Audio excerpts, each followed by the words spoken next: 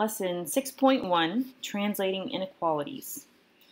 Today we're really just going to focus on the vocabulary for this unit and taking inequalities more specifically in expressions or word problems and getting them translated and written down in our algebraic expressions. If you would take a second and kind of get familiar with this, just kind of word list here for all the different symbols. Let's review and make sure we know what we're talking about. This is our less than sign, less than or equal to, greater than, and then greater than or equal to. So those are the four signs that we're going to be dealing with as we work through these different examples. All right? Let's look at example 1. A number increased by 5. I'm just going to call a number x. Increased is adding by 5, is at most 6. So I'm going to draw a box to put my inequality in. Right? At most, which of the four inequalities represents at most? Now before you go back and look, think about this for a second. If 6 is the most, then this side needs to be what compared to 6? All right, 6 is the most. So this side will be less than or possibly equal to, right? If 6 is the most, then this needs to be less than or possibly equal to 6. All right. Also think about phrases in real life. If you say, I can fit at most 5 people in my car, okay, well then 5 is the most you can fit. So you can fit less than or equal to 5. All right, so even though it says most, your sign is actually a less than or equal to. Let's look at example 2. A number divided by negative 2. So a number x divided by negative 2 is no less than 5.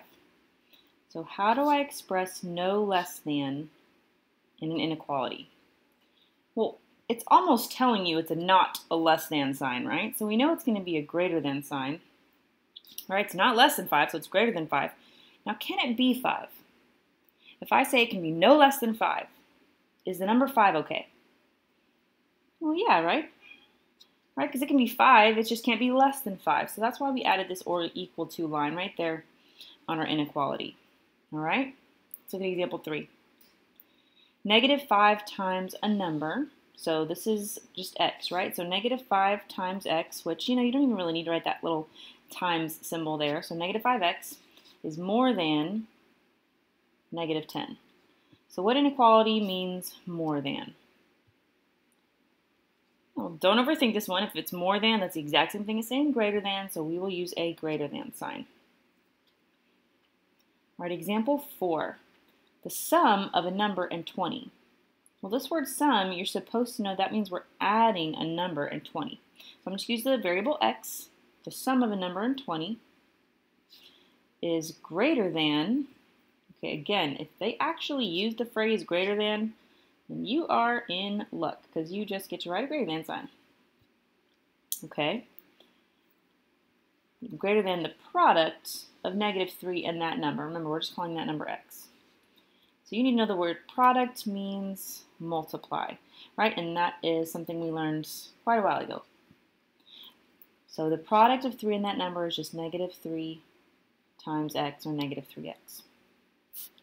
All right, example number 5. Here we go.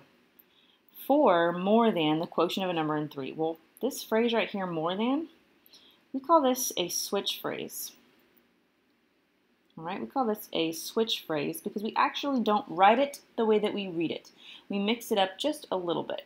All right, so 4 more than. Well, 4 more than what? Well, we got to figure that out, right? 4 more than something. So that something we actually read after the phrase more than. The quotient of a number and 3. 4 more than the quotient of a number and 3. Okay, well, quotient means divide. So the quotient of a number in 3 means I'm dividing a number by 3. 4 more than that. All right? And then we can keep reading, and we can say is at least that number. Okay, well, remember, we're just calling that number x. So what phrase, or what inequality do we use for at least? Think about it for a second. This needs to be at least this, right? The left side needs to be at least the right side. Think about it in context of real life. I need at least $100 to pay rent. Okay, so you can have $100 or more than that, right? If I read the phrase at least, then this side needs to be this much or bigger. All right, example 6.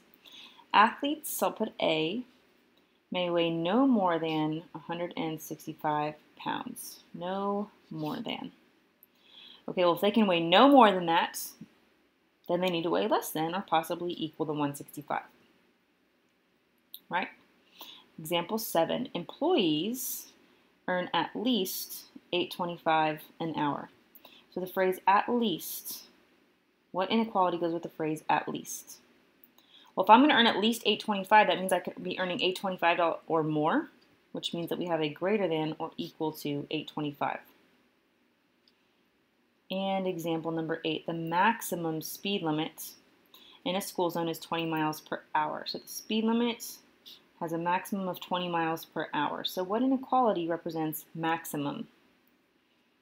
Okay, well, if 20 is the maximum, that means we need to be going less than or possibly equal to 20. Okay? All right, we've done a bunch of examples. This is not an exhaustive list. So when you're trying to determine which of the 4 inequalities to use, I find the best thing to do is to put it in real life context. All right, we just got a little bit more here super quickly. How do I express this on a number line? Well, first of all, you need to know this is saying x is less than -1. So on the number line, I've got a -1. Now I'm going to use an open circle here. If this line was here, I would color it in. But since it wasn't, it stays open. All right, so we want to shade where x's are less than -1, so we're going to the left, right? This is where numbers are less than -1. It might also be helpful to imagine this is an arrow telling you to shade left. Let's look at number 2. Do not ever leave your inequalities with the x on the right side. It's very confusing. Always go ahead and switch it around like this. But be careful to keep your inequality correct. So the way that I do that is not sophisticated or scientific. Just think about this as an alligator right now. The alligator is trying to eat the 7. So when we rewrite it, we need to make sure we're still trying to eat the 7. All right, these two are the same, but we, excuse me, we prefer this one. This one's way easier to understand and to graph. We are so much more comfortable with x on the left side. So we've got a line here at 7, open circle, because it's not an or equal to inequality. And we're going to shade to the left. Don't look at this one, remember. We're going to the left, less than 7. Example 3, we've got z is less than or equal to 5. This time the line is there, which means I'm going to color in my circle. And it says less than or equal to, or imagine this is an arrow telling us to point to shade left. All right, let's go ahead and look at number 4. We've got b is greater than or equal to -3. Shade in your circle because of that or equal to line. Greater than is telling us to go to the right. Where are numbers bigger than -3? To the right.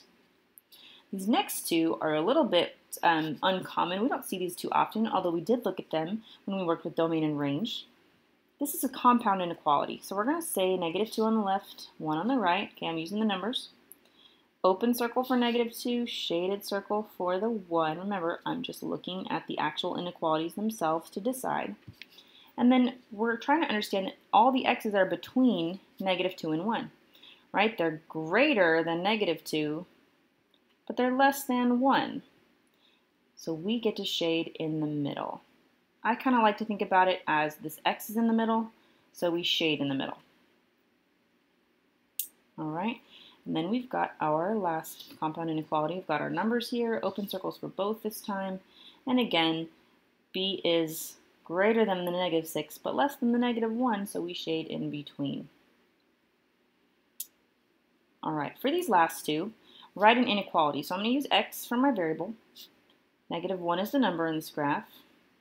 So what inequality has been graphed on that number line? Well, we went to the right, so we got an arrow to the right, right? That's a greater than sign. Don't put the equals under there because we had just an open circle. All right, in the next one, same idea. We've got a 2. It's a shaded in circle this time. So we actually could go ahead and draw this line on the bottom for the or equal to line. All right, and then we see, okay, it's going to the left. So we draw arrow to the left, or we know that that is just less because it's going left on a number line. X is less than or equal to 2. All right, hopefully this video is pure review for you guys. Again, if you're struggling with the actual highlighted words here, the inequality words and translating those, imagine a real life situation to help you decide which one works best.